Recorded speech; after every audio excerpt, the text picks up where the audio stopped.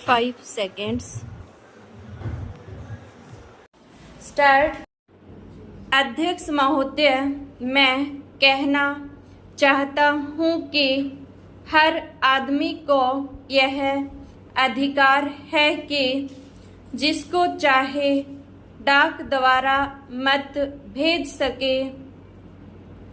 ऐसा तो नहीं है कि सभी मत किसी एक अधिकारी के सामने ही इकट्ठा करके भेजे जाते हैं। जहाँ तक इस बिल का संबंध है वह ठीक है, वह प्रारंभ में ही आना चाहिए था और मैं इसका समर्थन करता हूँ।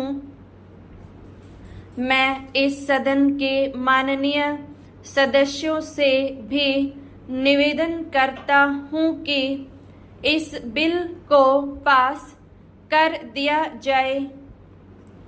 खेती में उन्नति न होने का कारण क्या है?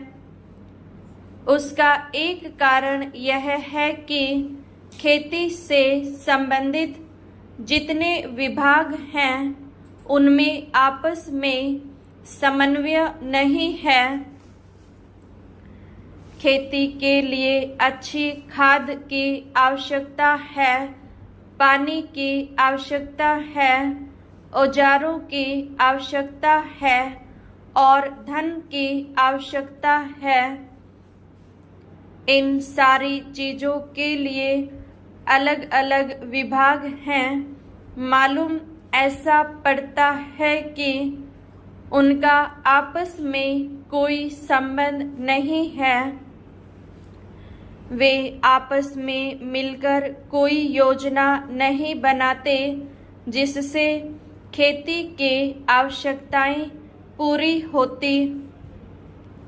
इसलिए जब तक उनमें आपस में तालमेल नहीं होगा तब तक खेती की उन्नति नहीं हो सकती है।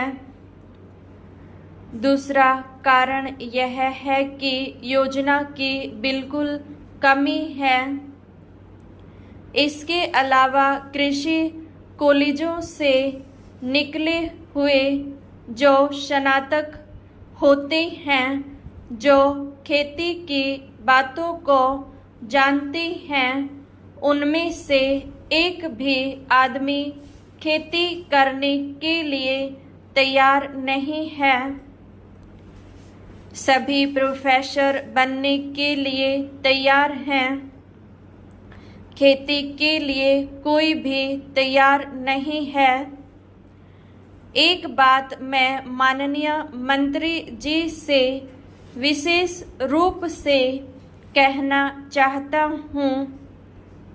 अधिक उपज न होने का एक कारण यह है कि जो खेत में काम करते हैं वे उसके मालिक नहीं हैं। खेत किसी और का है या और काम कोई और कर रहा है। इसलिए मेरा यह कहना है कि किसानों में जब तक यह भावना पैदा नहीं होगी कि यह मेरी भूमि है, तब तक अधिक उपज नहीं हो सकती है।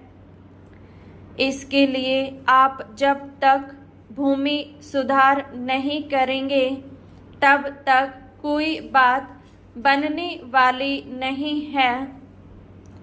दुर्भाग्य से इस देश में खेती करने वाले बहुत कम लोग ही भूमि के स्वामी हैं। खेती की उन्नति के मूल आधार हैं पानी, खाद, बीज, धन, उपज का उचित दाम और भूमि सुधार। इन सब की ओर कृषि मंत्रालय का ध्यान नहीं है। सरकार को प्रत्येक खेत को पानी और हर आदमी को काम देना सुनिश्चित करना चाहिए।